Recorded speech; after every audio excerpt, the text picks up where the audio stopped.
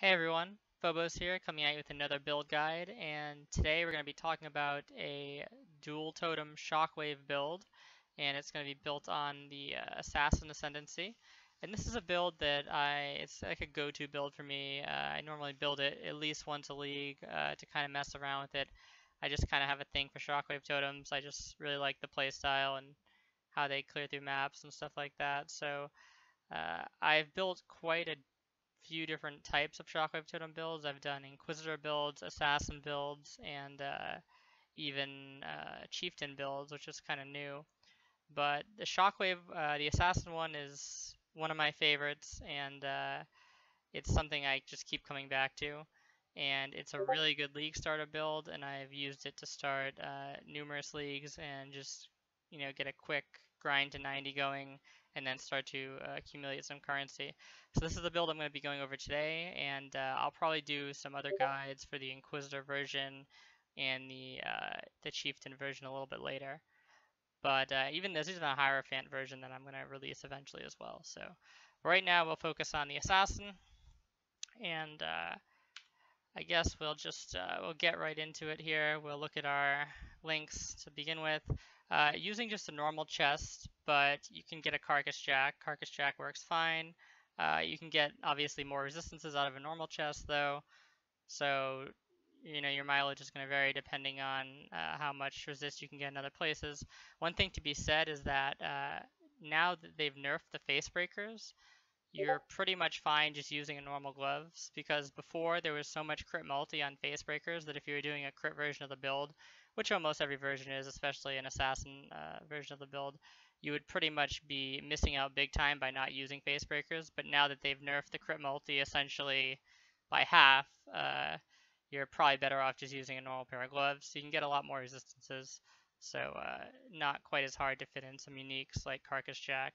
The only thing is a Carcass Jack that's 6-link might be a little bit annoying to find, especially early on in the league, and you may have to try and link it yourself or something like that. So a normal 6-link definitely does this build fine, but the area on Carcass is very nice.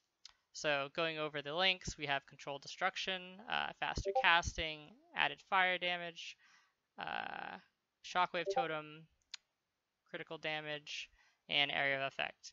Now, area of effect is very good for this build, but for bosses, just swap Conk Effect in and you're good. In a lot of cases, especially in the lower end of the map tier, you really don't need to even swap Conk Effect in. It's not a big deal at all. You can just keep using increased area of effect. I'd only swap Conk in for very immobile bosses in the higher tiers. And then aside from that, we have Shockwave Totem Radius on the helm. A lot of the enchants are pretty decent. I would say for damage, the cast speed one is probably the best, but I just happened to find a Radius helm that was pretty decent, so I just went ahead and picked that up. Again, this is just a league starter build, so I wasn't going to invest too much currency. On the rings, we're basically looking at mana regen and mana, and this is really important because Shockwave Totem costs a fuck ton of mana. If you look, it's 180 mana cost. It's quite the eater of mana for sure. So again, more mana regen, and life obviously. If you can get crit on your rings, like in this case I have diamond rings, it's great, but if not, not required. A ton of mana regen on the neck, and we even crafted some decks there. And then just boost with movement speed. You can see there's some mana on them. Getting mana in any place you can is really helpful. You're probably not going to need it in every slot, but it's very nice to have for sure. Belt, just use a rustic sash that's well rolled with resistances and health. And then gloves, same thing, just basically for mana, health, resistances. And then the weapons, I use wands. If you're going Inquisitor, you could use like dagger, shield, or whatever. You can get a lot more mobility that way, and you get your cast speed from, I think it's Instruments of Virtue, so you don't need to use wands. But in this case, we want to use wands because the amount of cast speed you get from wands is just insane. And if you use daggers or something like that, you're just not going to have the same amount of cast speed, and it's going to really nerf your DPS. So that's why I think wands is the optimal choice, especially because I typically don't use this build as like an end game build. Like I don't try and get it to super high levels or anything like that. It's mostly just a farming build. So the being able to have like super nice mobility isn't really as important to me as just being able to clear things very fast with the damage and making sure that I am safe at all times. So having 2 wands really boosts your damage and gives you basically a lot of survivability just through damage. So that's pretty much why I like using the wands here. So as you can see, the tooltip on Shockwave Totem is about 33k. Now, when you have full charges, this goes up to like 65k, especially when you're using the Hatred Aura and your Lightning Golem. Now, when you pop your Taste of Hate, which is this thing right here, it gives you 20% extra damage converted to cold. You go up to about like 75k per totem. And if you have Conk Effect in without Taste of Hate, you run around, I think, 100k per totem with all power charges. And then with Taste of Hate popped, it's about 115k per totem. So pretty good damage. Nothing super insane, but nothing to scoff at either. And you get a lot of freezing potential, especially once you get the Taste of Hate, because you're going to be critting pretty much all the time. And you already have your Hatred, and that takes care of most things. But if you get a Taste of Hate, it just becomes insane. Other than that, I pretty much run some Instant Flask and a Basalt. You're welcome to kind of change this up a bit. You could also run a Atziri's Promise if you want more damage. Atziri's Promise is good because it scales your physical damage and off your elemental damage. And it gives you a bit of chaos resist as well. The leech isn't going to do much for you though. But yeah, so let's open up the assassin tree here and get into kind of the heart of this, because I would say for Shockwave Totem, the heart of the assassin tree is pretty much Deadly Infusion, because this node right here is very nice, the ambush build, ambush node, and you can use this more effectively in some other versions of the build. I can post some other skill trees or skill planners in the description of this video if you want to take a look at them. I have some versions of the Assassin Shockwave where I go blood magic and stuff, and I basically skimp on a lot of crit basically just to get 50% crit, basically to double it to get 100% crit against things that are on full life, and then that takes care of most trash packs instantly. And the downside is you lose a little bit of damage on bosses, but you gain like some effective health and stuff like that, and you don't have to worry about any mana cost on your totems or anything because you're blood magic. Of course, you could just get some more health and knock a blood magic as well. That's another option. Pick up this node, drop some crit. But for the full crit version that you see right here, Deadly Infusion is going to be the main thing, because this allows us to pretty much get close to 100% crit. I think it's like 90 something. I think the cap is 95 anyway. And it gives us a fuck ton of crit multi as well.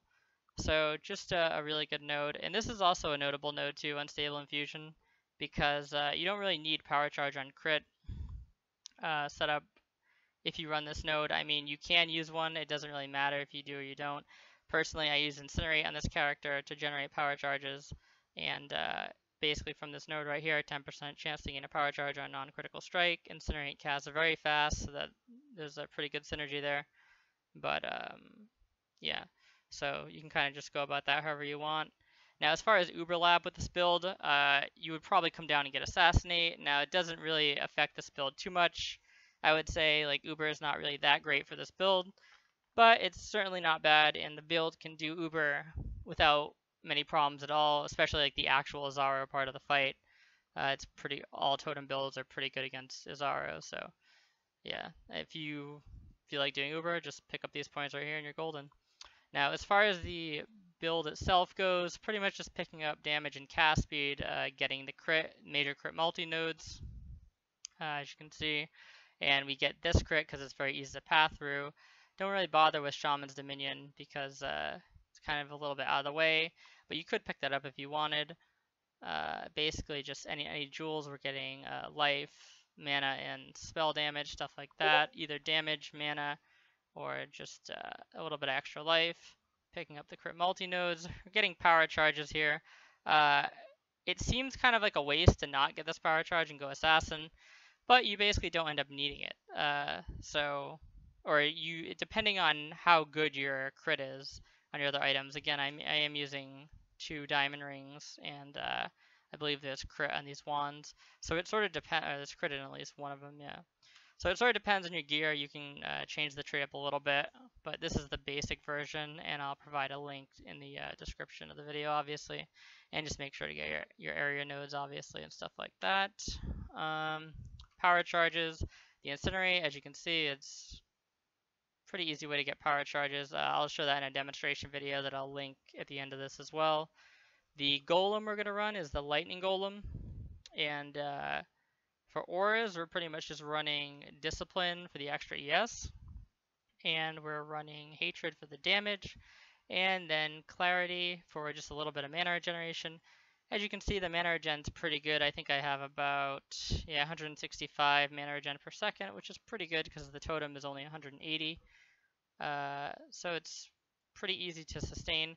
One thing about the most recent patch with this build is that it was sort of a buff when they changed some of the map mods around, because now there's no longer a mana regen mod that like essentially degens your mana regen. That's been removed, and that's really helpful for this build because this build is a mana whore, and you'd basically have to plan for the worst case scenario of being down 60% of your mana regen, and it was just super annoying. And I think they realized that that was a pain in the ass for pretty much all builds, but stuff like Incinerate and for Shockwave, it was particularly bad.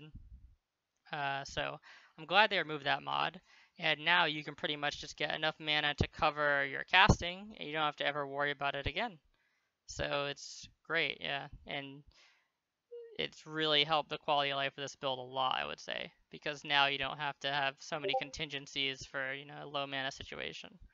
So I think that's pretty much the entire build. If you have any questions or comments, just feel free to leave them in the video. Like I said, I'll be going over alternative versions of this build, but this is a very solid version that can easily take you to like 92 or something in hardcore, or like pretty much even like 95. It can do, I'd say, pretty much I've done all the content except for probably things like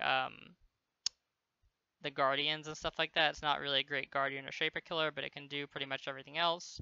And the one thing I will say, it's a little annoying on Reflect, but what you can do is against Elemental Reflect, you can just take off Hatred, and you could take out Added Fire if you want. It kind of depends on how how your totems are getting hit. You can kind of just gauge that by seeing how much damage you have and how much of a pain it's going to be. So Reflect kind of gives it a little bit of a, just makes it like annoying to run the build essentially, because if you're not one-shotting stuff, then your totems are dying, and it's kind of putting you in a compromising position. But other than that, the build is pretty strong. So yep, just hit me up if you have any questions, and I will talk to you guys next time. See ya.